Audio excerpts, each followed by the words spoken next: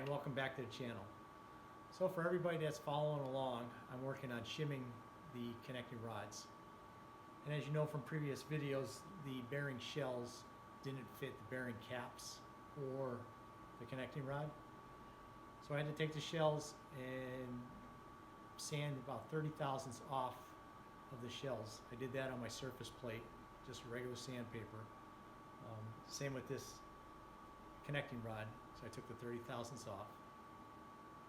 I went in and I have 4 of them in the tractor already.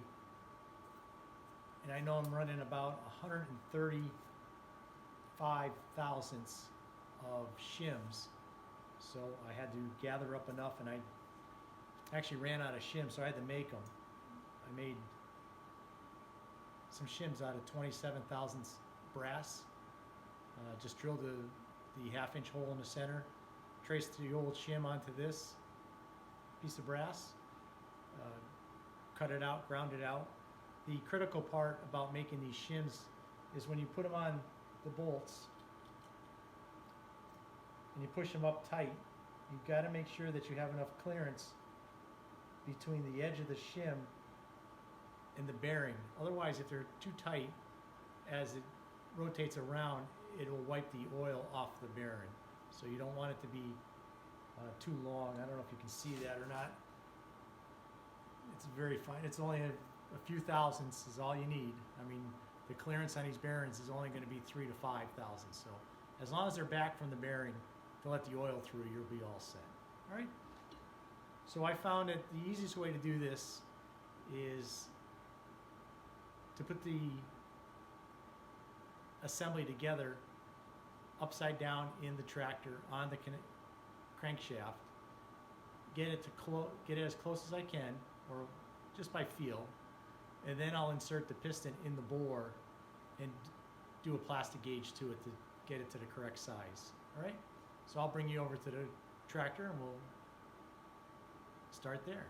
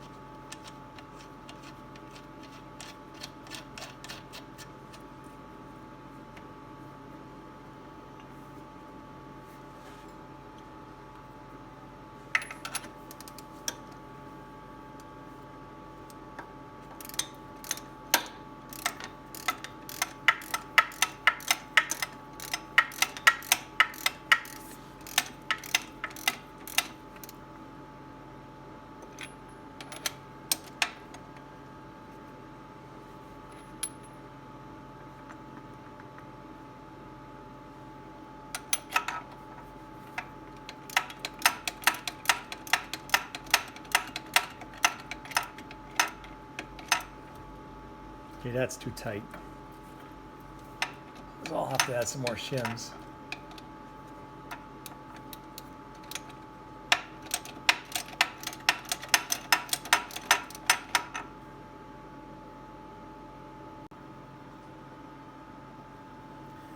All right, so that feels good. I think when I put the piston in the bore, I'm just going to add one more shim to each side, and then we'll check it with plastic gauge.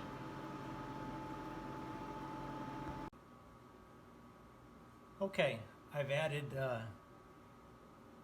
2 shims, one on each side, so that's going to give me 2 thousandths more clearance.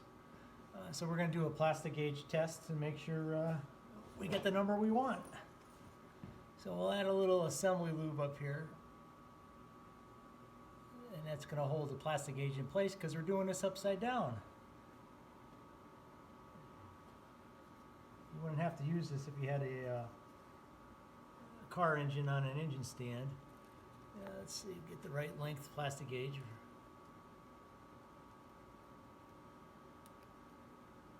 Perfect.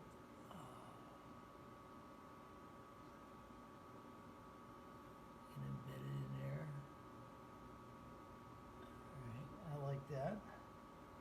put my cap on without trying to drop all the shims.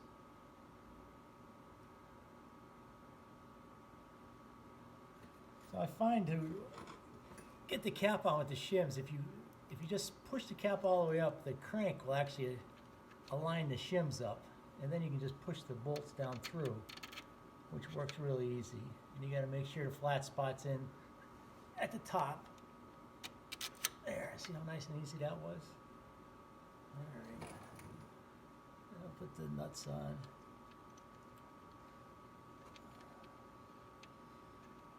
So I was reading back when these tractors were in production, you could get undersized or oversized bearing caps. Excuse me, bearings. You get them in 20 thousandths over, 30 thousandths over, and 35 thousandths over. But I'm sure nowadays you can't find them. So we're just going to go with this. All right. Make sure all the shims are lined up. Tight, tight. All right.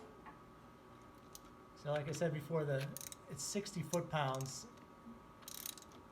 I'm not going to put a torque wrench on it. There's no need to. I can make 60 foot-pounds just by tightening this up as tight as it goes with my hand.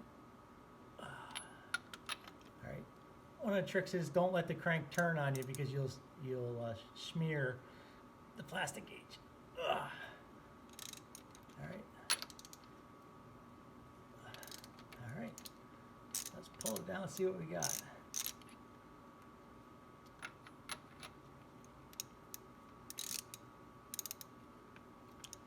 Trying to do this without bumping the camera.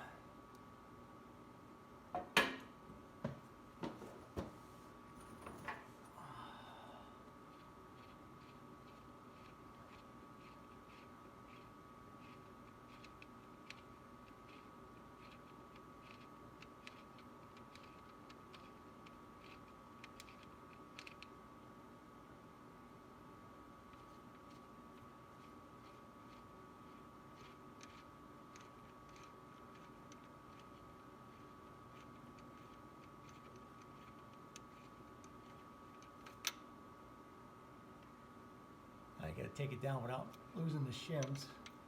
Make sure you bring all the shims down because sometimes they get stuck up at the top, I noticed.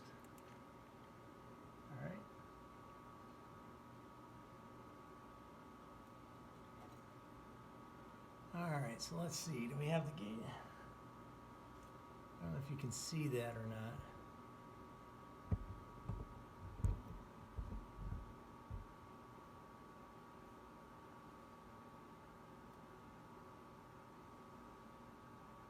Actually, you can probably see it in the bearing cap a little better. I don't think it's... Oh no, it's up there. I can feel it up there. I'm going to try to get you in a little closer here. See if you can see what I'm reading there.